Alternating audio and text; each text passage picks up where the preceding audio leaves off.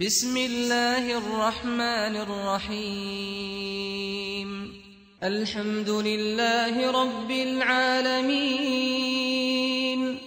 الرحمن الرحيم مالك يوم الدين إياك نعبد وإياك نستعين اهدنا الصراط المستقيم صراط الذين أنعمت عليهم غير المغضوب عليهم ولا الضالين.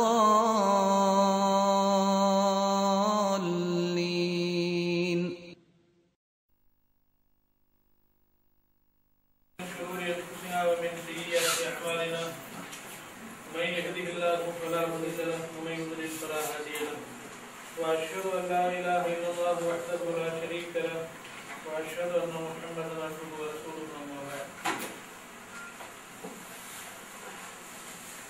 கணிதக்குரிய பெரியவர்களே சகோதரர்களே, எல்லாம் வல்ல அல்லாஹ் ஜல்லஷானஹு தஆலாவுடைய கிருபையினால் இன்றைய தினம் மரணத்திற்கு பின் என்கிற தலைப்பில் அல்லது மன்னரை வாழ்க்கை என்கிற தலைப்பில் சில விஷயங்களை சொல்வதற்காகவும் கேட்பதற்காகவும் அல்லாஹ் நம்மை இங்கே ஒரு சேர்த்திருக்கிறார். இந்த உலகம் ஒரு நிழலை போல. நபிகள் நாயகம் ஸல்லல்லாஹு அலைஹி வஸல்லம் அவர்கள் சொன்னார்கள், இது ஒரு நிழல், நிரந்தரமாக இருக்க போவதில்லை. சுல்ஃபி துன்யா கஅன்னக கரீப் அவ் ஆபிர் சபீல். இந்த உலகத்தில் ஒரு வழிபோக்கனை போல இருக்கு என்று பெருமானார் ஸல்லல்லாஹு அலைஹி வஸல்லம் சொன்னார்கள். நம்முடைய வாழ்க்கை நெடுங்கால திட்டத்தில் இருக்கிறது. எந்த முடிவை நாம் மேற்கொண்டால் நீண்ட காலம் வாழ முடியும், அதற்காக நாம் என்னென்ன முயற்சிகளை மேற்கொள்ள வேண்டும் என்றெல்லாம் பல்வேறு ஆலோசனைகளை நாம் செய்து கொண்டிருக்கிறோம். மூப்பை தள்ளி போடுவதற்கு என்ன வழி, வயோதிகத்தை மறைப்பதற்கு என்ன மார்க்கம் என்றெல்லாம் பல முயற்சிகள். அதனால்தான் பராத்திர ஒன்றைக்கு மகனுக்கு பிறகு துவா ஓதுகிறார்கள், 3 யாசின் ஓதுகிறார்கள். 3 யாசின் எதுக்கு தெரியுமா? ஒண்ணு நோயற்ற வாழ்வு, எல்லாத்துக்கும் தேவைதான். இன்னொன்று குறைவற்ற செல்வம், அதுவும் நிறைய பேர் எல்லாத்துக்கும் தேவை. அடுத்து நீடித்த ஆய்வு. இந்த 3க்காக வேண்டியும் 3 யாசின்கள் ஓதுகிறாங்க. அன்றைக்கு தான் அல்லாஹ் ஜல்லஷானஹு தஆலா அந்த வருஷத்தினுடைய பட்ஜெட் போடுகிறேன் என்பது அந்த தவறான சிந்தனை உள்ளவர்களுடைய நம்பிக்கை. அப்ப நீடித்த ஆயுள் கிடைக்க வேண்டும் என்று சொன்னால் எதையும் செய்வதற்கு தயாரான நீடித்த ஆயுள் என்பது யாருக்கு எவ்வளவு என்பது தெரியாது. நாம் பேசிக் கொண்டிருக்கிறோம், பேசிக்கொண்டிருக்கிற இந்த நிகழ்ச்சியை கலந்து கொண்டிருக்கிற எல்லோருமே இந்த மாதத்தினுடைய நோன்புகளை எல்லாம் கடைபிடிப்பார்களா? முற்றிலுமாக இந்த ரமலானுடைய நன்மைகளை பெறுவதற்கான வாய்ப்பு எல்லாம் விட்டு வைப்பானா? தெரியாது. நபிகள் நாயகம் ஸல்லல்லாஹு அலைஹி வஸல்லம் அவர்கள் மக்காவிலிருந்து மதீனாவுக்கு வந்திருந்தார்கள். மக்கள் எல்லாம் ஆஷுரா தினத்து நோன்பை நோக்கியிருந்தார்கள்.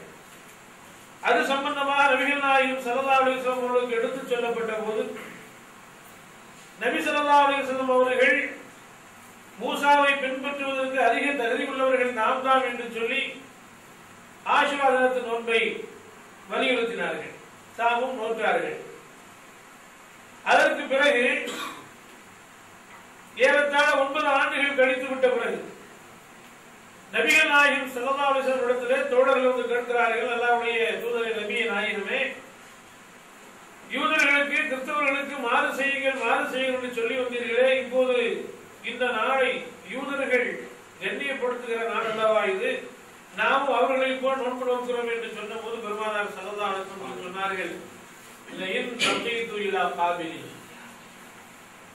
நான் அடுத்த வருடம் உயிரோடு இருந்தால் அசூமன்ன தாசிய, நான் 9வது நாள் நோன்பையும் நோற்பேன் என்று பெருமானார் ஸல்லல்லாஹு அலைஹி வஸல்லம் சொன்னார். நபிகள் நாயகம் ஸல்லல்லாஹு அலைஹி வஸல்லம் அவர்களை பொறுத்தவரைக்கும் எதை போதிக்கிறார்களோ அவர்கள் அதை சாதிப்பார்கள். எதை சாதிக்கிறார்களோ அதைத்தான் அவர்கள் போதித்தார்கள். ஆனால் நான் உயிரோடு இருந்தால், அடுத்த ஆண்டு நான் உயிரோடு இருந்தால் 9வது நோன்பையும் சேர்த்து நோற்பேன் என்று பெருமானார் ஸல்லல்லாஹு அலைஹி வஸல்லம் அவர்கள் சொல்ல முடிந்தது. மறு வருஷம் உயிரோடு இல்லை. அல்லாஹ் ஜல்லஷானஹு தஆலா அவருடைய ரூஹை கைப்பற்றி விட்டார். அப்ப அவர்களுக்கு தாம் எதை சொல்லுகிறோமோ அதை செய்ய வேண்டும் என்ற ஆர்வம் இருந்திருக்குமா என்றால் கண்டிப்பா இருந்திருக்கும். ஆனால் அதை செயல்படுத்துவதற்கு அல்லாஹ் ஜல்லஷானஹு தஆலா விட்டு வைக்கல. பிரம்மாண்டமான பைத்துல் முகத்தஸை கட்டி கொண்டிருந்தார்கள் சுலைமான் அலைஹிஸ்ஸலாம் அவர்கள். கட்டி முடிக்கிறதுக்கு முன்னே அல்லாஹ் ஜல்லஷானஹு தஆலா அவருடைய ரூஹை வாங்கிட்டார். எல்லாத்துக்கும் ஆசை இருக்கும் இல்லையா? நாம ஒரு இலக்கு நோக்கி நடந்து கொண்டிருக்கிறோம், அந்த இலக்கை அடைய வேண்டும், அனுபவிக்க வேண்டும் என்று ஆசைப்படுவோம். அந்த இலக்கை அடைவதற்கு முன்னால் நாம் தடுக்கப்பட்டால், நம்முடைய உயிர் வாங்கப்பட்டால் எவ்வளவு சங்கடப்படுவோம். ஒரு நபியுடைய நிலைமை அதுதான். சுலைமான் அலைஹிஸ்ஸலாம் அவர்கள் அல்லாஹ் ஜல்லஷானஹு தஆலா உலகத்தின் ஆட்சி பொறுப்பை கொடுத்தார். முழு ஆட்சி பொறுப்பும் அவருடைய கைவசம் இருந்ததால் தம்மை நோக்கி மலக்குல் மௌத் வருகிறார் என்பதை தடுக்க முடிந்ததா, தவிர்க்க முடிந்ததான? முடியாது. இந்த அளவுக்கு தான் அல்லாஹ் ஜல்லஷானஹு தஆலா மனித வாழ்க்கையை வைத்திருக்கிறார். யாருக்கும் நாம் இந்த தினத்தில் இறந்து போவோம் என்பது தெரியாது. தெரிந்தால் அதற்கு முன்னாலே நாம் நம்மை இழந்து விடுவோம்.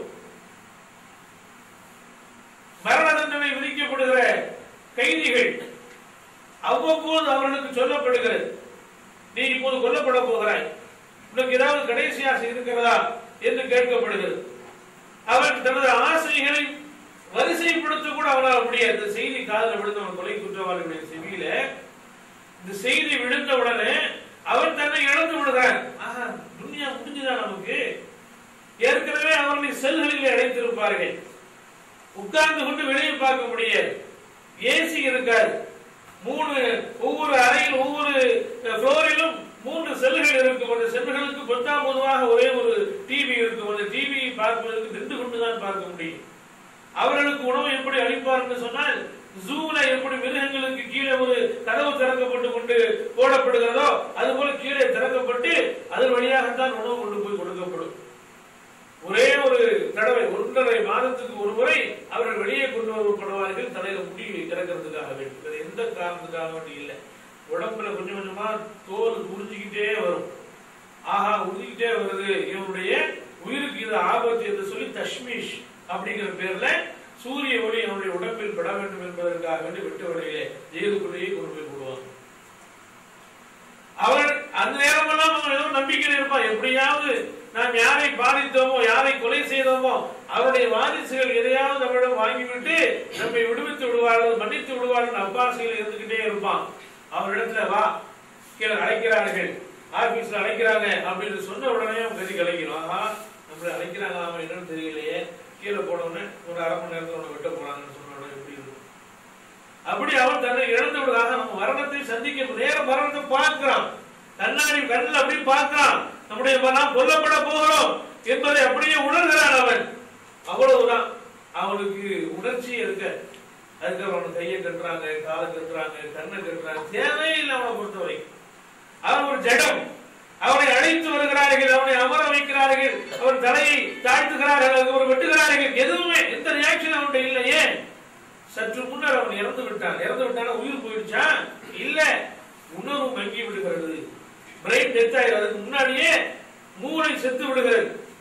இது எப்போது நாங்கள் நிதர்சனமாக பார்த்தோம் என்று சொன்னால், கொண்டு வந்து அமர்த்தி இருக்கிறார்கள், அவனை வெட்டுவதற்காக தயாராகி விட்டார்கள். கொல்லப்பட்டவருடைய வாரிசுகளை 5 பிள்ளைங்க இருக்கிறாங்க வைங்க, எவனாவது ஒத்த மன்னிச்சாலும் போதும், மற்றவெல்லாம் மன்னிச்சுதான் ஆகணும். ஒத்த மன்னிச்சாலும் போதும் விடுவிக்கப்படுவான்.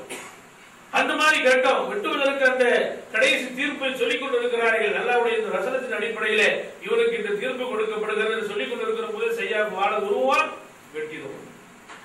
இந்த நிகழ்வு நடக்கிற அந்த கடைசி கட்டத்தை ஒத்த நான் மன்னிக்கிறேன் அப்படின்னு சத்தப்போடு சொல்லிட்டான். மன்னிக்கிறேன்னு சொன்னா செய்யாவுடைய அந்த வாழ்வீச்சை நிறுத்தியாச்சு. ஆனா அவன் செத்து கிடக்கிறான். யார் கொல்லப்பட வேண்டும் அவன் செத்து கிடக்கிறான். அவன் கண்ணை ஊத்து விடுறாங்க, கையை ஊத்து விடுறாங்க, காலை ஊத்து விடுறாங்க, எந்த விதமான உயிரும் அவனுக்கு இல்லை. காதலை சொல்றாங்க, அப்பா நீ விடுவிக்கப்பட்டு விட்டாய், நீ உலகத்தை பாரு, நீ பிழைத்திருக்கிறாய், நீ செத்து பிழைத்திருக்கிறாய் சொல்றாரு. அவனுக்கு உணவு இல்லை, அப்படியே கீழே வந்து கிடக்கிறான் மணல்ல. அதுக்கப்புறம் அவனை தூக்கி ஹாஸ்பிட்டல கொண்டு போய் அவன் நல்லா ஆக்கி, அதுக்கப்புறம் மறுவாரம் அவனை சந்திக்கிற போது நான் செத்து பிழைத்திருக்கிறேன் சொல்லி அதுக்கு ஒரு சாண்ட்விச், அதுக்கு ஒரு பெப்சி வாங்கி தருகிறேன் ஜெயிலில் உட்காந்து 3 மாசம் ஃபைல் க்ளோஸ் பண்ற வரைக்கும் உள்ளே இருக்க வேண்டிய ஒரு நிலைமை.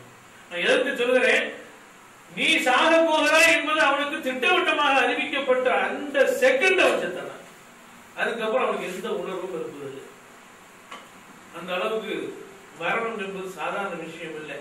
அல்லாஹ் ஜல்லஷானஹு தஆலா மரணத்துக்கு இருக்கிற பேரை தெரியுமா? யகீன், உறுதியானது, மாற்று கருத்து இல்லாத. உலகத்துல வேற எதிலாமோ எத்தலாக இருக்குது, எதிலாமோ மாற்று கருத்து இருக்குது, இல்ல இல்ல இருக்குது.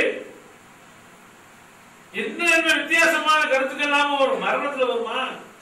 எல்லாருக்கும் அனைவருமே மரணத்தை சகித்தே ஆக வேண்டும், சுவைத்தே ஆக வேண்டும்.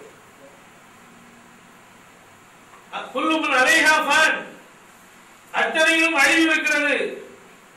அல்லாஹ்வுடைய திருமுகத்தை தர வேண்டும் திருமறை குர்ஆன் சொல்லியிருக்காரு. எல்லாருக்கும் அழிவு இருக்கு, அழிவு இல்லாத எதுவுமே இல்லை. எல்லாரும் ஒரு நாள் அழித்து விடவே வேண்டும். ஆனாலும் அல்லாஹ் ஜல்லஷானஹு தஆலா அந்த நம்முடைய ரூஹ், நம்முடைய ஆன்மா, நம்முடைய உயிர் எப்போது எக்ஸ்பயர் ஆகும் என்பது பற்றி அந்த ரகசியமான விஷயத்தை யாருக்குமே தெரியாம மறைச்சு வச்சிருக்காங்க.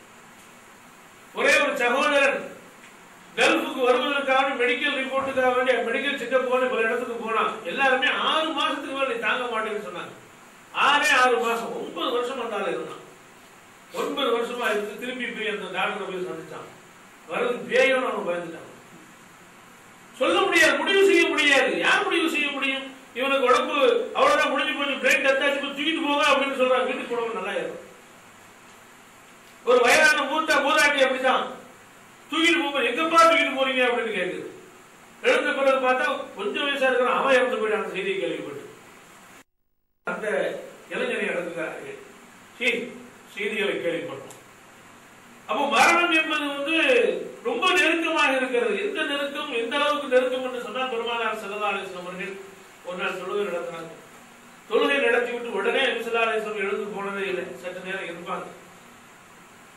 நபிகள் நாயகம் ஸல்லல்லாஹு அலைஹி வஸல்லம் தாமதமாக எழுவதை பார்த்து அதற்கு பிறகு சஹாபாக்கள் எழுந்து போவார் என்கிற அளவுக்கு ஹதீஸ் இருக்கிறது. அப்ப நபிகள் நாயகம் ஸல்லல்லாஹு அலைஹி வஸல்லம் அமர்ந்திருக்கக்கூடிய வழக்கம் இருக்கிற அதுக்கு நேர் மாற்றமாக ஒரு நாள் எழுந்து போறாங்க. நம்ம அறைக்கு வேகமாக போகிறாங்க.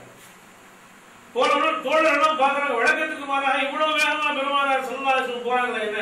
திரும்பி வந்து சொல்கிறார்கள், நான் தொழுது கொண்டிருக்கிற போது பொதுமக்களுக்கு சேர வேண்டிய சில கனிமப் பொருட்கள் என்னுடைய அறையில் இருந்தது என்னுடைய நினைவுக்கு வந்தது. வெள்ளியோட தங்கமோ மக்களுக்கு சேர வேண்டிய பொருட்கள் தொழுது கொண்டிருக்கிற போது எனக்கு நினைவுக்கு வந்தது.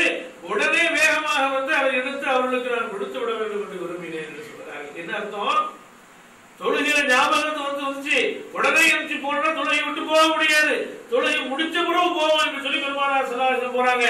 ஒருவேளை உடனே நம்முடைய ரூஹ் வாங்கப்படுமானால் நாம் செய்ய வேண்டிய கடமையை, நாம் செய்ய வேண்டிய அந்த சமூகத்துக்கு செய்ய வேண்டிய முக்கியமான அம்சத்தை செய்யாமல் போய்விடுவோமோ என்கிற அச்சம். அவ்வளவு கடுமையான ஒரு அச்சத்தை பெருமானார் ஸல்லல்லாஹு அலைஹி வஸல்லம் அவர்கள் மேற்கொண்டார்கள். ஆனா ஒரு சாயத்துக்கு ஹாத்தைனி, நானும் இறுதியாலும் இப்படி என்று பெருமானார் ஸல்லல்லாஹு அலைஹி வஸல்லம் அவர்கள் இடைவெளி இல்லாமல் தமது 2 விரல்களை சேர்த்து காட்டினார்கள் சொன்னால், அவர்கள் சொல்லி இன்றைக்கு 16 நூற்றாண்டுகள் ஓடிவிட்டன. ஆனால் இன்னும் கியாமத் வரவில்லை என்றால், கியாமத் என்றால் என்ன? மன் மாற்ற பக்கத்து காபத் அலைஹி கியாமத்து. எவன் ஒருவன் இறந்து விட்டானோ அன்றைக்கு அவன் கியாமத்து தொடங்கி விட்டது என்று பொருள். ஒருவர் இறந்து விட்டார் என்று சொன்னால் கியாமத் தொடங்கி விட்டது. நபி அல்லாஹ் ஜல்லஷானஹு தஆலா திருமறை குர்ஆன்ல சொல்லி காட்டுறான், ஹத்தா இதா ஜா அஹதஹுல் மௌத், அவர்களில் ஒருவருக்கு மரணம் வந்து விடுமானால், قال رب ارجعوني لعلي اعمل صالحا فيما تركت, இறைவா என்னை மீண்டும் இந்த உலகத்துக்கு அனுப்புன்னு சொல்லுவார். மரணம் அவனை தழுவ வந்துச்சுன்னு சொன்னா, இறைவா என்னை மீண்டும் இந்த உலகத்துக்கு அனுப்பியே லஅல்லி அஅமலு சாலிஹன், சாந்தாண்மை மிக்க அமல்களை நான் செய்ய வேண்டும். ஃபீமா தரக்து, நான் எதையெல்லாம் விட்டேனோ அதையெல்லாம் பிடிக்கணும் இறைவா, எனக்கு ஒரு சான்ஸ் கொடு, என்னை மீண்டும் இந்த உலகத்துக்கு அனுப்பு. அப்படியா, சான்ஸ் வேணுமா உனக்கு? உடனே ஒரு விண்ணப்பம் எழுதித்தான் அல்ல கேட்க போறானா?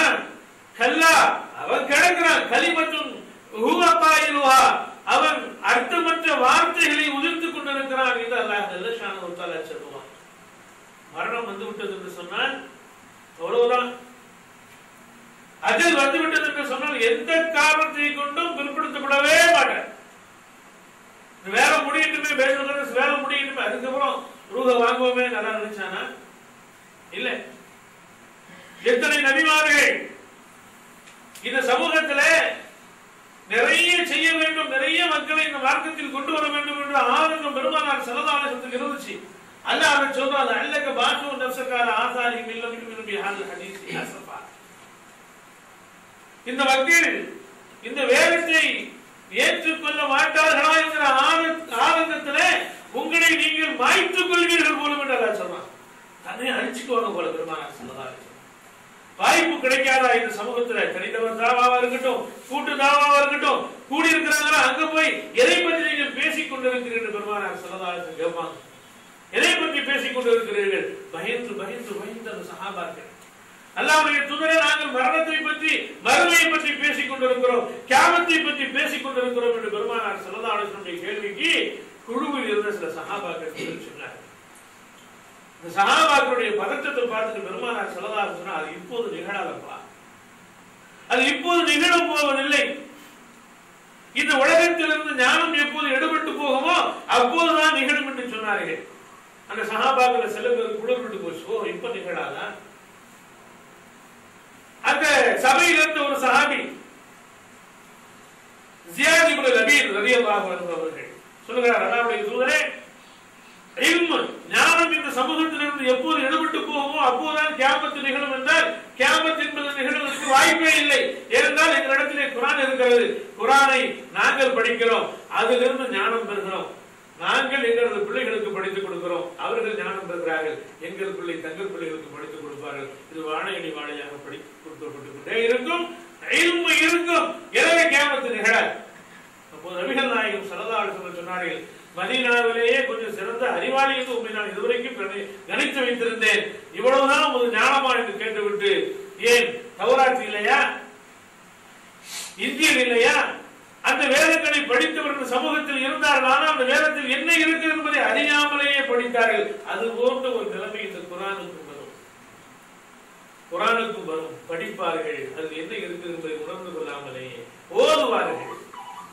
ஏதோ ஒரு சடங்காக சம்பிரதாயமாக ஓதுவார்கள், ஆனால் அதில் என்ன இருக்கிறது என்பதை புரிந்து கொள்ளாமல் கமசல் ஹிமாரி யஹ்மிலு அஸ்ஃபாரா, அவர்கள் பொதி சுமக்கிற கழுதைகளை போல, பொதி இருக்கிறது என்று தெரியும், பொதிக்குள் என்ன இருக்கிறது என்று கழுதைக்கு தெரியாது, அதுபோல வெறுமனை சுமந்திருப்பார்கள். அப்படி ஒரு காலம் குர்ஆனுக்கு வரும், அப்போது இல்மு எடுபட்டு போகும் என்று நபிகள் நாயகம் ஸல்லல்லாஹு அலைஹி வஸல்லம் சொன்னார்கள்.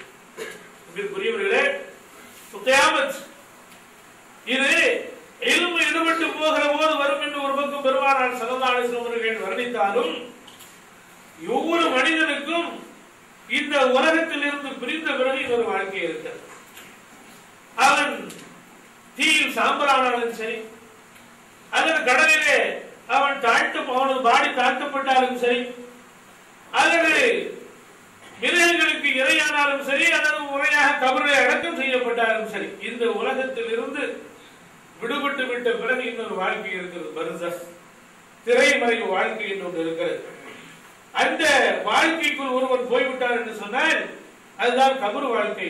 அல்லாஹ் ஜல்லஷானஹு வ தஆலா திருமறை குர்ஆனிலே சொல்லி காட்டுகிறான், வமின் வராயிஹிம் பர்ஸகுன் இலா யௌமி யுபஅஸூன், அவர்களுக்கு பின்னால் யார் மரணம் வந்தவனே திருப்பி அனுப்பு இறைவா, நான் நல்ல காரியெல்லாம் செஞ்சுட்டு வந்துடுறேன் அப்படின்னு சொல்றானோ அவன்கிட்ட அல்லாஹ் ஜல்லஷானஹு வ தஆலா அர்த்தமற்ற வார்த்தைகளை அவன் பேசுகிறான் என்று அவனை கடிந்து விட்டு அந்த வார்த்தையை கொச்சைப்படுத்தி விட்டு அல்லாஹ் சொல்கிறான், அவனுக்கு பின்னால் ஒரு வாழ்க்கை இருக்கிறது, கியாமத் வரைக்கும், எழுப்பப்படுகின்ற நாள் வரைக்கும் அந்த திரைமறை வாழ்க்கையிலே அவன் இருக்க வேண்டும் என்று அல்லாஹ் ஜல்லஷானஹு வ தஆலா திருமறை குர்ஆனிலே சொல்லி காட்டுவதை பார்க்கிறோம். அப்போ இந்த உலகத்திலிருந்து யாருக்கும் விடுவிப்பு இல்லை, யாருக்குமே அதுல எந்த விதமான எக்ஸ்கியூஸும் இல்லை, அவர்கள் விடுவிக்கப்படவே மாட்டார்கள். அல்லாஹ் ஜல்லஷானஹு வ தஆலா திருமறை குர்ஆனில் சொல்லி காட்டுகிறான், அவர்களுக்கு அஜல் வந்து விடுமானால், அவர்களுக்கு அஜல் வந்து விடுமானால் அவர்களுக்கு முற்படுத்தப்படவோ அல்லது பிற்படுத்தப்படவோ மாட்டார். தமனை வந்துருச்சுன்னு சொன்னா அல்லாஹ் ஜல்லஷானஹு வ தஆலா கட்டிடுவாங்க. அதாவது நமக்கு கழுத்துல கயிறு மாட்டப்பட்டிருக்கிறது, மானசீகமான ஒரு கயிறு மாட்டப்பட்டிருக்கிறது. நமக்கு தெரியாது. சில ஆடுகள் பாத்தீங்கன்னு சொன்னா புல்வெளியில மேய விடப்பட்டிருக்கும். நீண்ட கயிற்றுல இங்க துள்ளி தெரியும், அங்க துள்ளி தெரியும். ஒரு குறிப்பிட்ட தூரம் போவோம், அதுக்கப்புறம் பிடிச்சி இழுத்தோம். அதுக்கே தெரியும் நாம கட்டப்பட்டிருக்கிறோம். கிட்டத்தட்ட அது மாதிரிதான் நமக்கும் கட்டப்பட்டிருக்கிறது. நம்முடைய கயிறுடைய நீளம் என்ன நமக்கு தெரியாது. அதை தாண்டுகிற போது அவ்வளவுதான், அதுக்கு மேல முடியாது. அதுக்கு ஏதாவது ஒரு காரணம் இருக்கும். ஏதாவது ஒரு காரணம் பேசிக்கொள்வோம். ஹார்ட் அட்டாக் சொல்லுவோம், அவர் ஆக்சிடென்ட் ஆயிட்டாருன்னு சொல்லுவோம், அவர் அப்பவே நிறைய கொலஸ்ட்ரால் இருக்கு அப்படின்னு பேசுவோம். இப்படி 1000 காரணங்களை சொல்லுவோம். ஆனால் காரணம் ஒரே ஒரு காரணம் தான். என்ன காரணம்? அஜல் வந்துருச்சு. அவளுக்கு அஜல் வந்துருச்சு. ஒரு பிரேதத்துக்கு 24 நாட்களுக்கு பிறகு ஒரு பிரேதம் அடக்கம் செய்வதற்காக கொண்டு வந்தாங்க. பட் எந்த விதமான காயம், ஆக்சிடென்ட் சொன்னாங்க, எந்த விதமான காயம் இல்லாம ஒரு 35 40 வயதுக்குள்ள சகோதரர் இருப்பார். ஒரு டேமேஜ் இல்ல உடம்புல. குளிப்பாட்டப்படுகிற போது நாங்கள் பேசிக்கொண்டோம், என்ன இது ஒரு டேமேஜ் இல்ல ஆக்சிடென்ட் சொல்றாங்களே. அதுக்கப்புறம் குளிப்பாட்டக்கூடியவர் சொன்னா இந்த பக்கம் வா, அந்த பக்கம் பார்த்தா காலில் கொஞ்சம் ரத்தம் வந்துருக்கு. காலில் கொஞ்சம் ரத்தம் வந்திருக்கிறது. இதில் விழுந்திருக்கிற காலில் இடிச்சதுனால மல்லாக்க விழுந்திருக்கிறார். தரையில் அடிபட்டு மூளையில் இருந்து ரத்த கசிவு ஏற்பட்டிருக்கிறது. அதுதான் ரொம்ப சைலண்டான மூச்சு, ரொம்ப அமைதியான மரணம். அப்ப நம்ம காரணம் கற்பிக்கிறோம். ஆனா எத்தனை உறுப்புகள் எல்லாம் போனாலும் கூட அவர்கள் பிழைத்துக் கொள்கிறார்கள். சமீபத்தில் கேள்விப்பட்ட 11வது மாடியில் இருந்து ஒரு 2 வயசு பெண் குழந்தை சிறுமி விழுந்துச்சு. கீழே வந்து வேலை பார்த்துட்டு பிடிச்சிட்டான், காப்பாற்றப்பட்டு போச்சு. சூடான ஏற்கனவே 175 பேரு ரைட்ல வந்துட்டு இருந்தவங்க 175 பேரை காணல. 6 மாசம் குழந்தை பெல்ட் போட்டு அதை மட்டும் படுத்துருச்சுக்கிறான். தற்காப்பு யுக்தினா என்னன்னே தெரியாது, அது குலைத்துக் கொள்கிறது. தற்காப்பு நடவடிக்கைகள் எதையெல்லாமோ மேற்கொள்ளக்கூடியவர்கள் இருந்து விடுகிறார்கள். இதுக்கு அஜல் வச்சிருக்காங்க. ஒரு குறிப்பிட்ட டைம் தான். சில வீடுகளை பாத்தீங்கன்னு சொன்னா மூதாட்டி இன்னைக்கும் நாளைக்கும் அப்படிங்கிற மாதிரி இருக்கும். சில பேர் கருணை கொலையே பண்ணிடுவான். இத்தனை நாள் அப்படி நம்ம எழுத்துட்டு இருக்கிறத பார்த்துக்கிட்டு இருக்க முடியும் அப்படின்னு சொல்லிட்டு நெல்ல எண்ணெய் தேதி குளிக்க வச்சு இறனையை கொடுத்துட்டா முடிஞ்சு போயிடும். அப்படியே சில பேர் முடிவுல வச்சிருக்கிறான். இல்ல சிரிக்க சொல்லல, இப்படிலாம் சில பேர் வச்சிருக்கா அப்படியே முடிச்சிடறான். முடிச்சுட்டு வந்து பேசுற செய்திகள்லாம் நமக்கு தெரியும். அல்லது கோழிய நல்ல சூடான பொருள் கோழி அதை கொடுத்துடுறது, அடங்கி போயிடும். அவ்வளவுதான். அப்படி இவ்வளவு காலமா இருந்துட்டு இருக்கிறது. நம்மளும் வெளியே வேலைக்கெல்லாம் போகாம சரி முடிவுக்கு எப்போ முடியும் அப்படின்னு பார்த்துட்டே இருந்தா என்ன அர்த்தம் அப்படின்னு செய்யலாம். அந்த மாதிரி வீடுகளை பட்சம் பிறந்த குழந்தை இறந்து போயிருக்கு. ரூஹை மாற்றி வாங்கிட்டாங்களோ. ஒருவர் இறந்து போனார், ஒரு கவிதை எழுதினான். ஓ இஸ்ராயேலே, உங்கள் உயிர்ப்பறி பட்டியலில் அச்சுப்பிழைகள் அதிகம் இருப்பதால் அரசுக்கு அனுப்பி அதை ப்ரூஃப் பார்த்துக் கொள்ளும். இஸ்ராயேல் கையில் வச்சிருக்க லிஸ்ட் இருக்குது, அதுல வந்து மாற்றி ஏதாவது போய் உயிர் வாங்கிட்டியே, உங்களுடைய லெட்டர் உங்களுடைய அந்த லிஸ்ட்டை வந்து அரசுக்கு அனுப்பும், அனுப்பி அதை சரி பார்த்துக் கொள்ளும் அப்படின்னு சொன்னான்.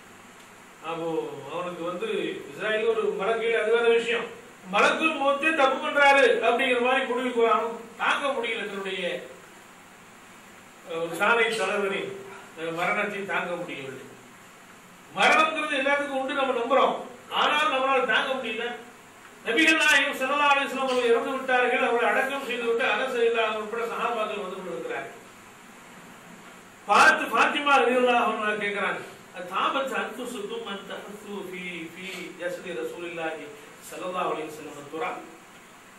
என்னப்பா நபிகள் நாயகம் ஸல்லல்லாஹு அலைஹி வஸல்லம் பொன்னான மேல மண்ணை தூவிட்டு வருகிற உங்களுக்கு மனசு எப்படி வந்துச்சுன்னு கேட்கிறாங்க. நபிகள் நாயகம் ஸல்லல்லாஹு அலைஹி வஸல்லம் உடம்புல மண்ணை தூவிட்டு வருகிறப்ப உங்களுக்கு எப்படி மனசு கேட்டுச்சு அப்படின்னு கேட்கிறாங்க. அனஸ் ரலியல்லாஹு சொல்றார்கள், ஏதோ ஒரு ஆவேசத்துல பேசுறாங்க ஃபாத்திமா ரலியல்லாஹு அன்ஹா. ரசூலுல்லாஹ்வுடைய உடம்பு வச்சு என்ன செய்ய முடியும்? அல்-அன்பியாவு யுதுஃபரூன ஹைஸு மாத்து, நபிமார்கள் எங்கு இறக்கிறார்களோ அங்குதான் அடக்கம் செய்யப்பட வேண்டும் என்பது நபிகள் நாயகம் ஸல்லல்லாஹு அலைஹி வஸல்லம் கூற்று. எங்கு இறந்தார்களோ அங்கு அடக்கம் செய்து வர்றோம். ஃபாத்திமா ரலியல்லாஹு கேட்கிறாங்க, என்ன அர்த்தம்? ஃபாத்திமா ரலியல்லாஹு அன்ஹா அப்படி கேட்கிறதுக்கு என்ன அர்த்தம்? தாங்க முடியல. இன்னும் சொல்ல போனா ஃபாத்திமா ரலியல்லாஹு அன்ஹா அவர்களுக்கு பெருமானார் ஸல்லல்லாஹு அலைஹி வஸல்லம் மரண செய்தி ஏற்கனவே சொல்லப்பட்டிருக்கிறது. ஆனாலும் தாங்க முடியல. எப்படிப்பா நீங்க அடக்கிட்டு வர்றீங்க, எப்படி உங்களுக்கு மனசு வந்துச்சிருக்கீங்க? அப்போ மரணம் அப்படிங்கிறது நமக்கு தெரிஞ்ச விஷயம் தான். அதாவது அதை நாம் அனுபவித்தல் என்பது சாதாரண விஷயம். நமக்கு வேண்டியவர் இறந்து விட்டார் என்று சொன்னா நம்மளால அதை தாங்க முடியல, அழுது அழுது அழுது அழுது சங்கடப்படுகிறோம். இந்த உலகத்துல பெரிய விஷயம் என்ன தெரியுமா? மரணத்துக்கு பிறகு நாம் அனுபவிக்கிற அந்த கொடுமையில பெரிய கொடுமை தனிமை. யாரும் கூட வரப்போறது நபிகள் நாயகம் ஸல்லல்லாஹு அலைஹி வஸல்லம் சொன்னாங்க, ஒரு மையத்து கபர்ஸ்தானுக்கு போகுதுன்னு சொன்னா கூட அவருடைய சொந்த பந்தமும் அவருடைய பொருளாதாரமும் போகுது சொன்னாங்க பெருமானார் ஸல்லல்லாஹு அலைஹி வஸல்லம். அவருடைய பொருளாதாரம் போகுது, அவருடைய சொந்த பந்தங்கள்லாம் போகுது, கபர் வரைக்கும் அவன் மட்டும் தங்கி விடுகிறான், அவருடைய குடும்பமும் அவருடைய பொருளாதாரமும் திரும்பி விடுகிறது என்று பெருமானார் ஸல்லல்லாஹு அலைஹி வஸல்லம். லைட் உண்டாங்க, வெளிச்சத்துக்கு ஏற்பாடு உண்டா? தனிமையில இந்த உலகத்துல நம் தனிமையா நாம இருக்கிறோம் யாராவது கேள்விப்பட்டா நம்ம கூட இருக்கிறதுக்கு யாராவது அரேஞ்ச்மெண்ட் பண்றதுக்கு உலக நம்ம நண்பர் இருக்கிறார்கள், உற்றார் உறவினர் இருக்கிறார், அங்க யார் வருவா? மனைவி கூட அழுவா, என்னையும் சேர்த்து அடக்கிருங்கன்னு சொல்லுவாங்க சில நிமிடங்களுக்கு தான் அது. அதுக்கப்புறம் வந்து அவளே பகல்ல தனியா படுக்கிறது, பகல்ல நான் சொல்ற தனியா படுக்கிறது சங்கடப்படுவா, எப்படி தனியா விட்டு போறாங்க, அவங்க வர்ற மாதிரி இருக்குது, பேயாக பிசாசாக இருக்கிறாங்க.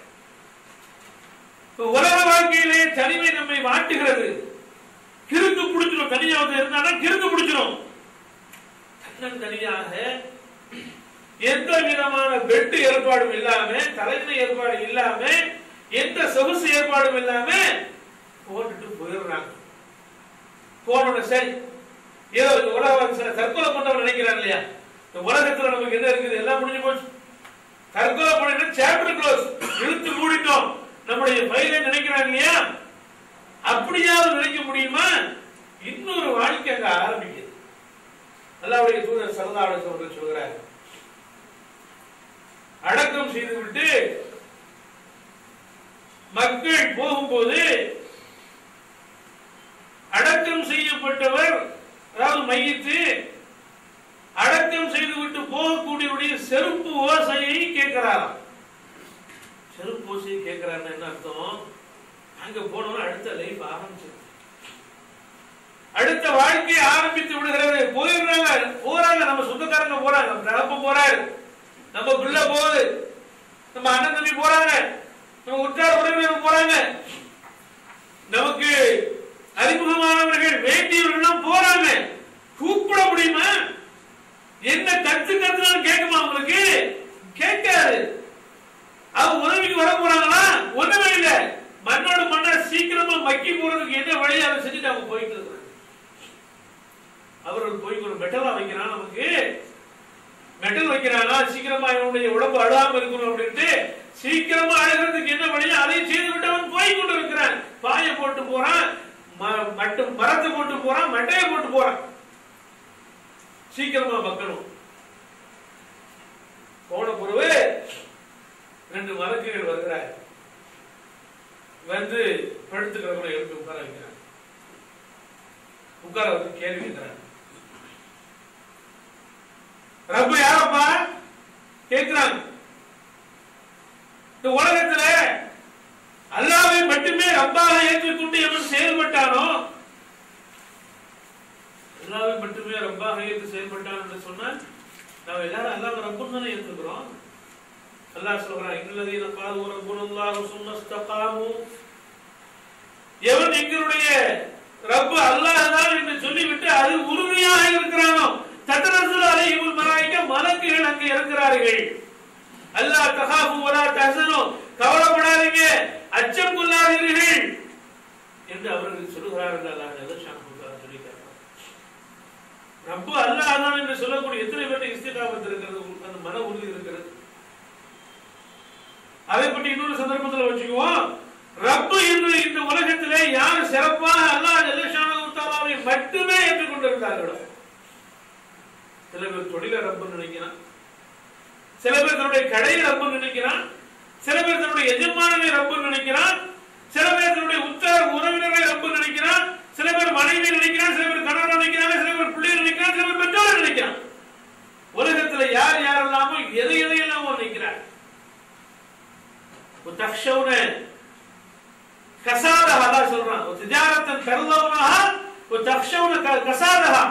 நீங்க நினைக்கிறீங்க, நீங்க விரும்புகிற வியாபாரம் இருக்கிறது, எது அழிந்து விடுமோ என்று பயப்படுகிறீர்களோ அந்த வியாபாரம் என்று அல்லாஹ் சொல்கிறான்.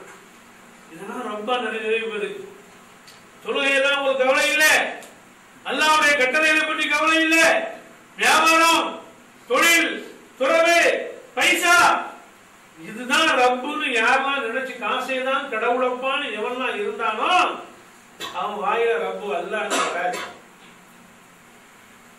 எடுக்காதவர்களுக்கு எங்க வாயில வராது. எனக்கு தெரியாதுன்னு சொல்லுவான். தீன் என்ன, மார்க்கம் என்ன, மாதா தப்பூல் என்ன, ஹாதர் ரஜுல், இந்த மனிதனை பற்றி உள்ள கருத்து என்ன என்று கேட்கப்படும்.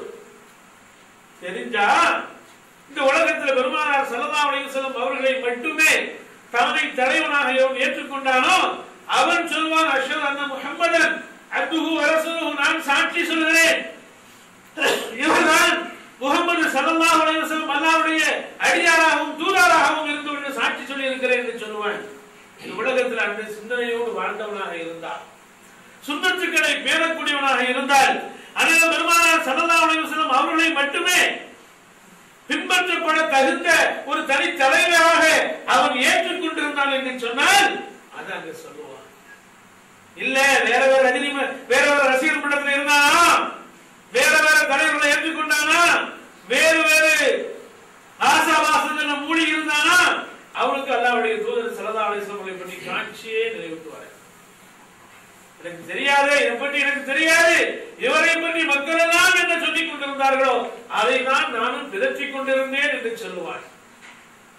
நபிகள் நாயகம் ஸல்லல்லாஹு அலைஹி வஸல்லம் சொல்கிறார்கள், அவனுக்கு ஒரு பெரிய சம்மட்டி கொண்டு வரப்படும், இரும்பாலான சம்மட்டி கொண்டு வரப்படும்.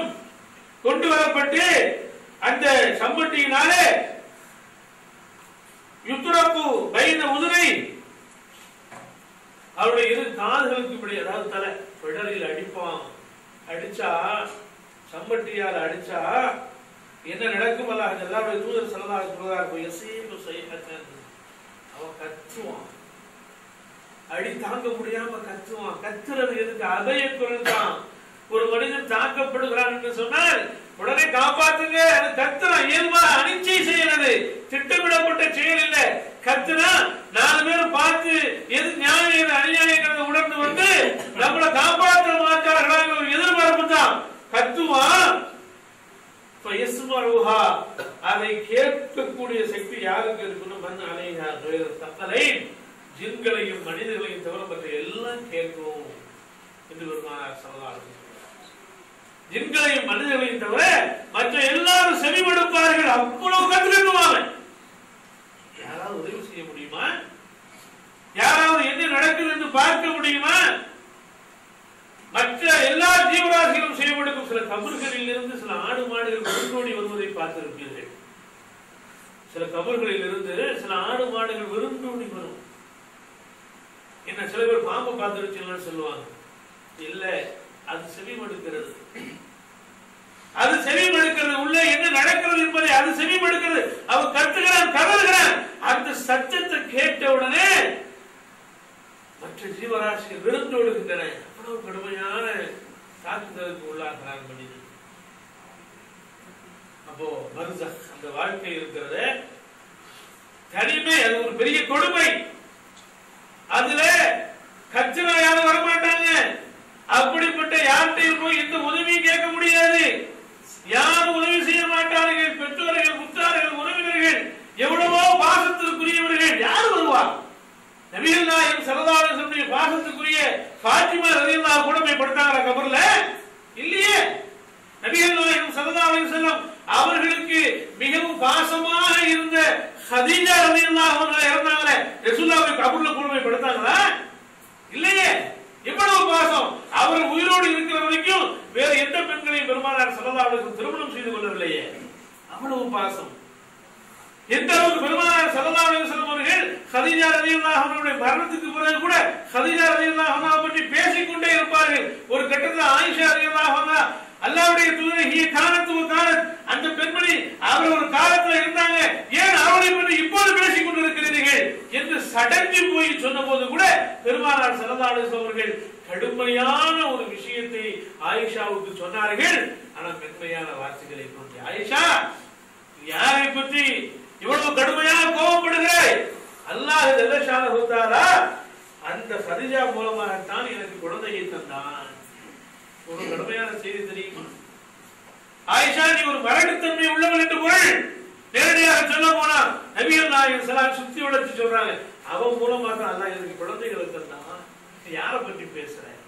யார் விஷயத்துல நீ ரோஷப்படுகிறாய் என்று பெருமானார் ஸல்லல்லாஹு அலைஹி வஸல்லம் ஆயிஷா ரலியல்லாஹு அன்ஹா இடத்துல கேட்டார் என்பதைப்பார். அவ்வளவு பாசத்துக்கும் நேசத்திற்கும் உயர்வுக்கும் உரியவர்கள் கதீஜா ரலியல்லாஹு அன்ஹா என்ன நடந்துச்சு? இறந்து போன கவலை கொண்டார்கள். இறந்தார் கதீஜா ரலியல்லாஹு அன்ஹா இறந்த அந்த வருஷம் ஆமுல் ஹுஸ்ன் கவலைக்குரிய வருஷமாக அன்றைக்கு கருதப்பட்டது.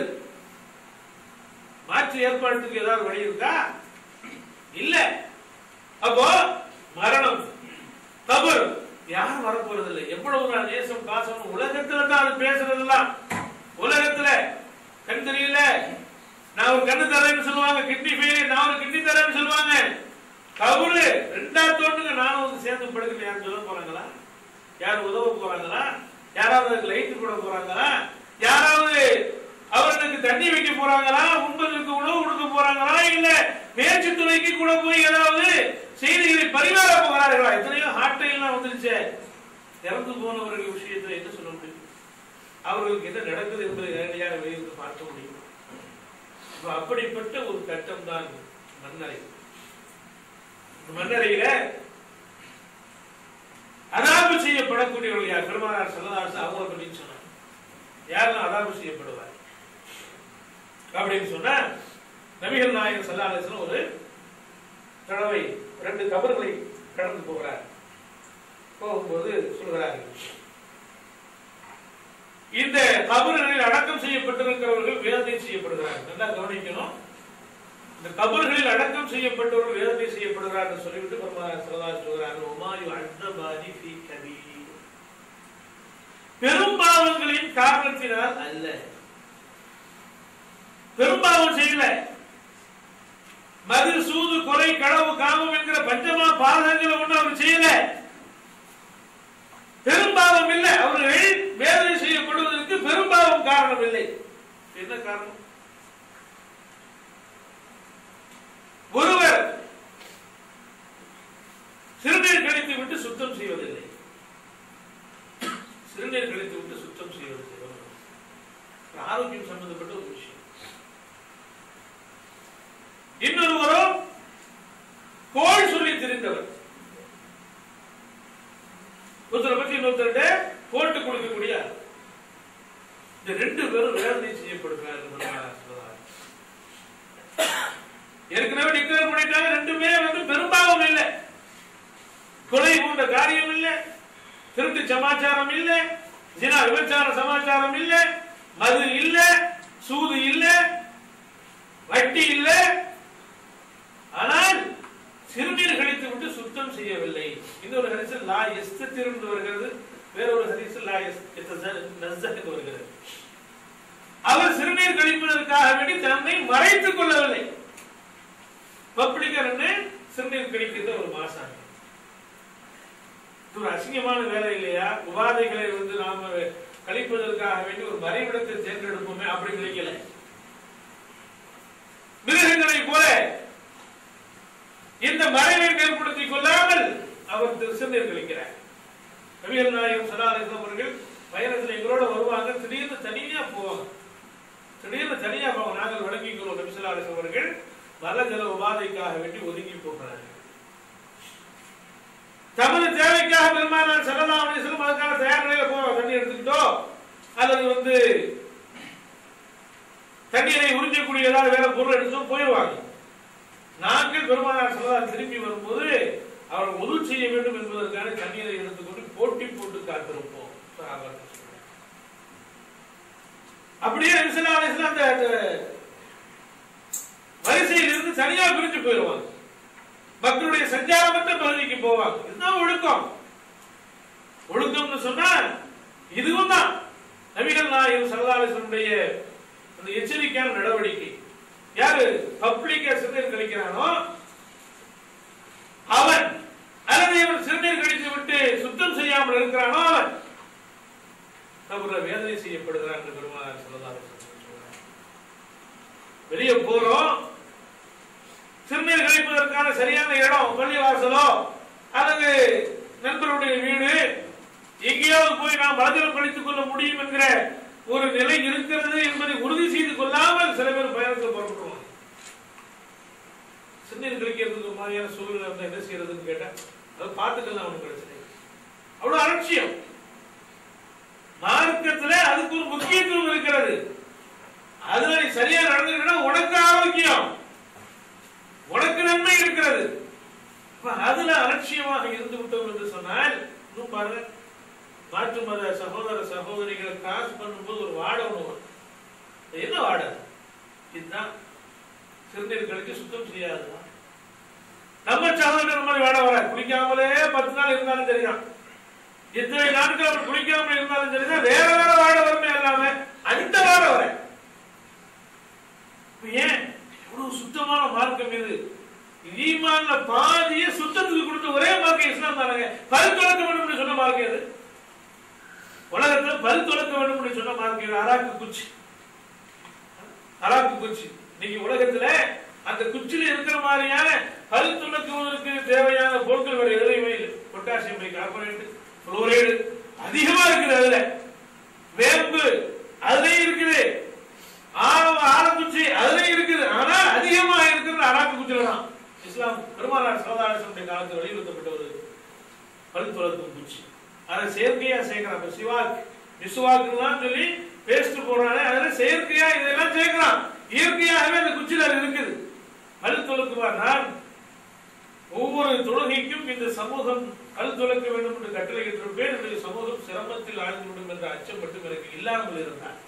நபிகள் நாயகம் ஸல்லல்லாஹு அலைஹி வஸல்லம் சுத்தத்துக்கு அவ்வளவு முக்கியத்துவம் கொடுக்கிறது மார்க்கம்.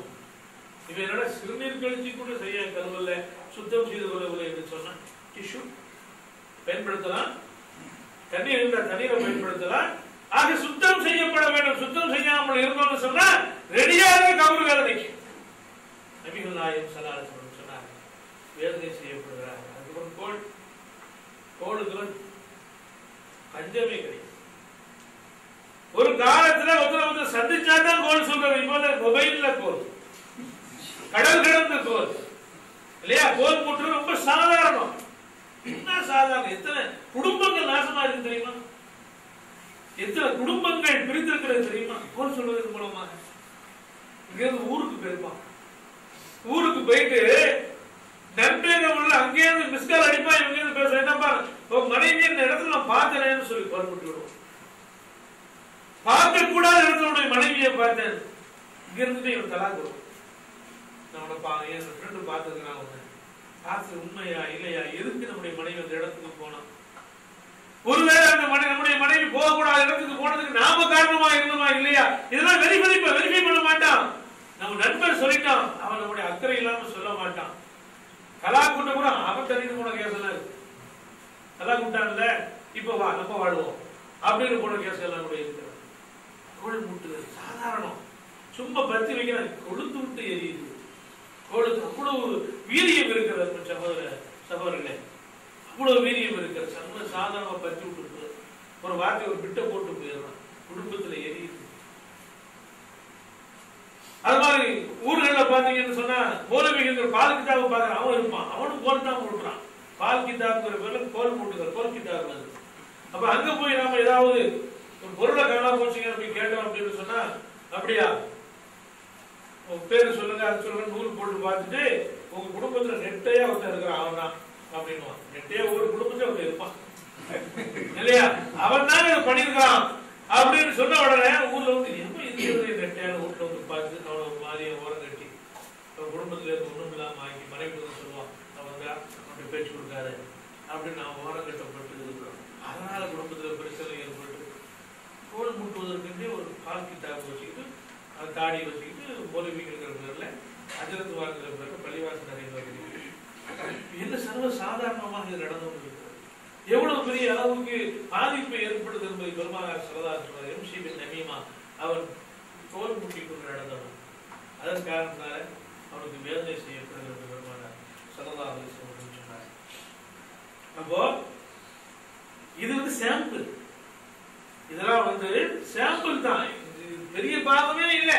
இதற்கே வேதனை செய்யப்படுகிறது என்று பெருமானார் ஸல்லல்லாஹு அலைஹி வஸல்லம் அவர்கள் சொன்னார்கள் என்றால் அதோட பாரதூரமான எத்தனை பாவங்களை நாம் செய்து கொண்டிருக்கிறோம், எத்தனை குற்றங்களை நாம் சர்வ சாதாரணமாக புரிந்து கொண்டிருக்கிறோம். தொடுவதில்லை, சரியா ஜமாத் அனுசரிக்கிறது இல்லை, சொந்த பந்தங்களை அரவணைக்கிறது இல்லை, குற்றால உறவுகள் விஷயத்துல வெறுப்பையும் எதிர்ப்பையும் காட்டுறது, நண்பர்களுக்கு மத்தியில நடிக்கிறது, இப்படி எத்தனை பாவங்களை நாம் செய்து கொண்டிருக்கிறோம்.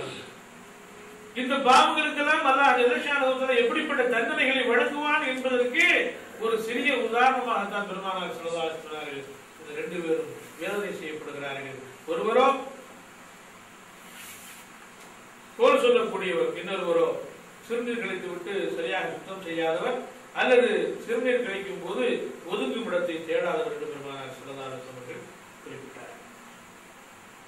அப்போ அதாபுல் கபர் அப்படிங்கிறது சாதாரண விஷயம் சொல்றது தெரியவில்லை. அதிலிருந்து நாம் நம்மை தவிர்த்துக் கொள்ள வேண்டும் என்று சொன்னார், அந்த அதாபுல் கபரிலிருந்து நாம் நம்மை விடுவிக்க வேண்டும் என்று சொன்னால் சில காரியங்களை நாம் செய்தார்கள். ஒன்று, அதாபுல் கபரில் இருந்து அல்லாஹ்விடத்தை பாதுகாப்பு, அல்லாஹ் பாதுகாப்பு. நபிகள் நாயகம் ஸல்லல்லாஹு அலைஹி வஸல்லம் அவர்கள் 4 அம்சங்களுக்கு பாதுகாப்பு தேடுங்கள் அத்தஹியாத்துல என்று சொன்னார். அத்தஹியாத்துடைய கடைசியில 4 அம்சங்கள் இருந்து பாதுகாப்பு தேட சொன்னார். ஏன்னா பாதுகாப்பு தேடப்பட வேண்டிய அபாயகரமான விஷயம். அல்லாஹ் இன்னி அஊது பிக மின் அஸாபி ஜஹன்னம், நரக வேதனையிலிருந்து இறைவா நான் உங்களுக்கு பாதுகாப்பு தேடுகிறேன். அதுபோல அஸாபில் கபர், மன்னரை வேதனையிலிருந்து உன்னிடத்தில் பாதுகாப்பு தேடுகிறேன் என்று பெருமானார் ஸல்லல்லாஹு அலைஹி வஸல்லம் துஆ செய்ய சொன்னார். ஒரு மசீஹ் தஜ்ஜால் பித்ரத்துல் மாசம் மஹியாவுல் மமாத் அப்படின்னு இன்னும் 2 விஷயங்கள் இருக்கிறது. மன்னரையிலிருந்து மன்னரை வேதனையிலிருந்து பாதுகாப்பு தேடப்பட வேண்டும். இது ஒரு முக்கியமான விஷயம். ஏன்னு சொன்னா உஸ்மான் ரலியல்லாஹு அன்ஹு ஒரு கபருக்கு போய் அழுதாங்க. ஏன் அழுவுறீங்க அப்படின்னு கேட்கிறாங்க. எதுக்காக வேண்டி அழுகிறீங்க? அதுக்கு உஸ்மான் இல்லாம சொல்றார்கள், பெருமானார் ஸல்லல்லாஹு அலைஹி வஸல்லம் சொன்னார்கள், மறுமையுடைய முதல் வாழ்க்கை, மறுமையுடைய முதல் வாழ்க்கை மன்னரை வாழ்க்கை தான். அதுல ஒருத்தன் வெற்றி பெற்று விட்டார் என்று சொன்னால், அதுல தன்னை ஒருவன் பாதுகாத்துக் கொண்டார் என்று சொன்னால், அடுத்தடுத்து இருக்கிற சோதனைகள் எல்லாம் அவன் பாதுகாப்பு பெறுவான். எனவேதான் அதை பார்த்த உடனே, கபரை பார்த்த உடனே நிலைமை என்ன ஆகுமோ என்பதை பற்றி நான் அச்சமுற்று அழுகிறேன் என்று நபிகள் நாயகம் ஸல்லல்லாஹு அலைஹி வஸல்லம் கூற்றை மேற்கோள் காட்டி உஸ்மான் ரலியல்லாஹு அன்ஹு அவர்கள் முதல் படி அதுதான். மரணம் முடிஞ்சு போச்சுன்னா பாடியை தள்ளிடுவோம். அதோட அது உள்ள நம்ம போனோம் அப்படின்னு சொன்னா நாம என்ன இந்த உலகத்தில் செய்து கொண்டிருந்தோமோ அதனுடைய பிரதிபலனை அனுபவிக்க வேண்டும். நல்லவனா இருந்தா அப்படின்னு சொன்ன அவனுக்கு அதாவது அதாபுல் கபரில் இருந்து தப்பிக்க பெறக்கூடியவர்கள் முதல் ஆள் ஷஹீத். ஷஹீத் தப்பிக்க பெறுவார். யார் அல்லாஹ்வுக்காக வேண்டி தன்னுடைய இன்னுயிரை அர்ப்பணித்தானோ அவன் அங்கே வெற்றி பெறுவான். அவனுக்கு அங்க எந்த விதமான வேதனையும் கிடையாது. அடுத்து நல்லவர்களை அவன் இஹ்லாஸான முறையில் செய்தார். உலகத்துல அல்லாஹ்வும் அல்லாஹ்வுடைய தூதர் ஸல்லல்லாஹு அலைஹி வஸல்லம் காட்டி தந்த நல்லவர்களை ஒருவன் இஹ்லாஸான முறையில செயல்படுத்தினான் என்று சொன்னால் அவன் நிச்சயமாக மரண அந்த கபருடைய வேதனையிலிருந்து அவன் ஈடேற்றம் பெறுவான். அடுத்து நபிகள் நாயகம் ஸல்லல்லாஹு அலைஹி வஸல்லம் சொன்னது போல பிரார்த்தனை. இந்த கபர் வேதனையிலிருந்து அல்லாஹ்விடத்தில் பாதுகாப்பு நாம் தேட வேண்டும். காரணம் நபி ஸல்லல்லாஹு அலைஹி வஸல்லம் ஃபரீதா மின் தஃபனில் மய்யித், ஒரு மையத்தை அடக்கம் செய்து விட்ட பொழுது பெருமானார் ஸல்லல்லாஹு அலைஹி வஸல்லம் அவர்கள் சொன்னார்கள், வகஃப அலைஹி அதன் அருகில் நின்று கொண்டு வகால் இஸ்தக்ஃபிரு லி அஹீக்கும் உங்களுடைய சகோதரருக்காக நீங்கள் பாவ மன்னிப்பு தேடுங்கள். இதிலே கூட்டு துவா அடிபட்டு போச்சு. நான் துவா எல்லாரும் ஆமீன் சொல்லுங்க பெருமானார் சொல்றேன். உங்களுடைய சகோதரருக்காக நீங்கள் பாவ மன்னிப்பு தேடுங்கள் என்று பெருமானார் ஸல்லல்லாஹு அலைஹி வஸல்லம் சொன்னார்கள். வஸ்அலு லஹு தஸ்பீத், அவருக்கு ஸ்திரத்தன்மை உறுதிப்பாட்டை அல்லாஹ்விடத்திலே கேளுங்கள். உறுதியாக பதில் சொல்ல வேண்டும். இப்போது அவர் அல்லாஹ் யுஸ்அல், அவர் விசாரிக்கப்படுகிறார் என்று பெருமானார் சொன்னார்கள். அவர் விசாரிக்கப்பட இருக்கிறாரு. அவருடைய பாவங்கள் மன்னிக்கப்படுவதற்காக அல்லாஹ்விடத்தில் பிரார்த்தனை செய்ய வேற என்ன கொடுக்க முடியும்? வேற ஒன்றும் கொடுக்க முடியாது. அவருக்காக வேண்டி நாம உணவு கொடுக்க முடியுமா, இல்ல மாத்திரை கொடுக்க முடியுமா, மருந்து கொடுக்க முடியுமா, என்னத்தை கொடுக்க முடியும்? ஒண்ணுமே கொடுக்க முடியாது. குறைந்தபட்சம் அவருக்கு நாம செய்ய வேண்டிய கடைசி உபாயம் என்ன? அவருக்காக பாவ மன்னிப்பு தேடுது. அல்லாஹ்விடத்துல இறைவா அவருடைய பாவங்களை மன்னித்து விடு என்று சொல்லி அல்லாஹ்ட்ட மன்றாடுறது. அடுத்து என்ன? இறைவா அவருக்கு மலக்குகள் கேட்கிற கேள்விக்கு எல்லாம் பதில் சொல்லக்கூடிய உறுதிப்பாட்டக்கூடிய இறைவா, உளறிடக்கூடாது உளறிடக்கூடாது, எனக்கு ஒன்றும் தெரியாது, இந்த நபரை பற்றியெல்லாம் தெரியாது, நபியை பற்றி அவனுக்கு தெரியாதுன்னு சொல்லி அவர் உளறிடக்கூடாது. இறைவா அவருக்கு உறுதிப்பாட்டை கொடு என்று அல்லாஹ்விடத்தில் பிரார்த்தனை செய்யுங்கள் என்று பெருமானார் ஸல்லல்லாஹு அலைஹி வஸல்லம் அவர்கள் தம்முடைய தோழர்களை பார்த்து அந்த இடத்திலே சொன்னார்கள் என்ற செய்தியை புகாரில் பார்க்கிறோம். எனவே அன்பு சகோதரர்களே, மனிதனுக்கு 4 விதமான உலகம். ஒன்று தாயின் கருவறை, அது ஒரு உலகம். அதுல குறிப்பிட்ட நாட்கள் சில பேர் பரமாசத்துல பிறந்தவனா இருப்பான். 6 மாசத்துல வந்துருவான், 7 மாசத்துல வருவான், 8 மாசத்துல வருவான், 8 மாசத்துல வந்து விழுந்துருவான், 9 மாசம் பூர்த்தியான பிறகு வரக்கூடியவர்கள் இருக்கிறார்கள். அதுக்கு அதில் தான் தவணை வந்தவுடன் தூக்கி விழித்தது. இரண்டாவது வாழிடம் என்ன? இந்த உலகம். லாப நஷ்டங்களை எல்லாம் கணக்கு பார்த்துட்டு நீண்ட காலம் வாழ்வதற்கு என்ன வழி அப்படிங்கிற மாதிரி குறுக்கு வழி ஏதாவது இருக்குதா, சுருக்கு வழி ஏதாவது இருக்குதா அப்படின்னு தேடி கொண்டு இருக்கிற நிலைமை. அடுத்து கபர், பர்சக் என்று சொல்லப்படுகிற கியாமத் நாள் வரைக்கும் தங்கி இருக்க வேண்டிய ஒரு பதவி. அடுத்து மறுமை வாழ்க்கை. அங்கேயும் அப்படித்தான். யோகம் மருவும் நகை உம்மிகி வாபி சாஹிபத்திகி பனி. ஒவ்வொரு மனிதனும் தன்னுடைய சகோதரன் என்று வெறுண்டு விடுவான். சகோதரனை பார்த்தோம்னா நம்ம உடன்பிறந்தவன் வரானே, உலகத்திலேயே சொத்து பத்துக்கெல்லாம் நிலப்பட்டிருப்பான். அங்க பார்த்தவன் வரான், நம்ம அவளை கேட்பானே, நம்முடைய சகோதரத்துவத்தை அடிப்படையாக கொண்டு சகோதரனை பார்த்து ஒருத்தன் ஓடுவான். உம்மிகி, இந்த உலகத்துல சீராட்டி பாராட்டி பாலூட்டி தாராட்டி வளர்த்த தாய். தாராட்டுங்கிறது வந்து ரொம்ப இசையோடு அவ தாய் பாடுறதுனால குழந்தை தூங்குறது இல்லை. குழந்தை வந்து நம்ம தாய் பக்கத்துல இருக்கிறாங்க அப்படிங்கிற உணர்வோட தைரியமா தூங்குது. சத்தம் போட்டு இருக்கிற நம்ம தாய் பக்கத்துல தான் இருக்கிறாங்க. அந்த தாய் கரு வாழும் என்று தின்றாலே அந்த தாய் சாப்பிட முடியாத நம்மை சுமந்து இருக்கிற போது வயிற்றுல வாந்தி வந்தும் கொமட்டும், ஆனாலும் கூட இந்த கருவுக்கு உணவு போகணுமேங்கிறதுக்காக வேண்டி கரு வாடி விடுமே என்பதற்காக வேண்டி சாப்பிட்ட தாய். அந்த தாயை பார்த்தோன்னு ஓடுவான். உலகத்தை நான் அதெல்லாம் செஞ்சு வளர்த்தனேன், எனக்கு ஒரு நன்மையை தான் அவர் கேட்டுருவாரோ. தந்தை இன்ஷியல், யாருடைய இன்ஷியலை போட்டு இந்த உலகத்தில் நம்ம வாழ்ந்தோமோ, அத்தா பாக்குறாரு, வாப்பா பாக்குறாரு, டாடி பாக்குறாரு, திருப்பி பார்த்துட கூடாது.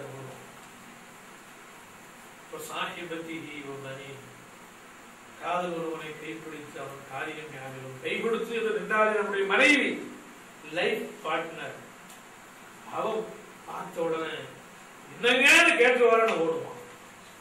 மரி குழந்தைகள், நம்ம குழந்தைகளுக்காக நம்ம வாழ்ந்திருக்கிறோமே, அந்த குழந்தைகள் நம்மகிட்ட ஏதாவது கேட்டு போகணும். என்னென்ன உறவுகள் இந்த உலகத்துல அவ்வளவு நெருக்கமாக இருந்தனவோ அத்தனையும் பார்த்து பார்த்து பதட்டத்தோடு ஓடும். அந்த மாதிரியான நிலையில் நாம் நம்மை தற்காத்துக் கொள்ள வேண்டும் என்று சொன்னார். சகோதரர்களே, அல்லாஹ்வுடைய தூதர் ஸல்லல்லாஹு அலைஹி வஸல்லம் சொன்னது மாதிரி கபரிஸ்தானுக்கு நம்ம கூட நம்முடைய சொந்த பந்தம் வரும், நம்முடைய குடும்பம் வரும், நம்முடைய பொருளாதாரம் வரும்னா யாருக்கெல்லாம் நம்ம உலகத்துல வாழ்ந்து கொண்டு இருக்கிற போது காடியெல்லாம் இருந்து காசு கொடுத்துமா வருமா? காசு வரும்னு சொன்னா கூட அப்படி வரும், சொத்து பத்துக்களா வரும். இல்ல நாம காசு கொடுத்து யாரையெல்லாம் சேர்த்து வச்சிருந்தோமோ அது பூரா வரும். அவன் மட்டும் கவலை தங்கி விடுவாங்க. அத்தனையும் தெரியும். எல்லாருக்கும் இதான் நிலைமை. எவ்வளவு பெரிய ராவுத்தரா இருந்தாலும் நிலைமை, எவ்வளவு பெரிய மறைக்கா இருந்தாலும் நிலைமை, குருட சுல்தானுக்கு இதான் நிலைமை, கலிபாக அதான் நிலைமை. யாரும் அதை விடுபட போறது இல்லை.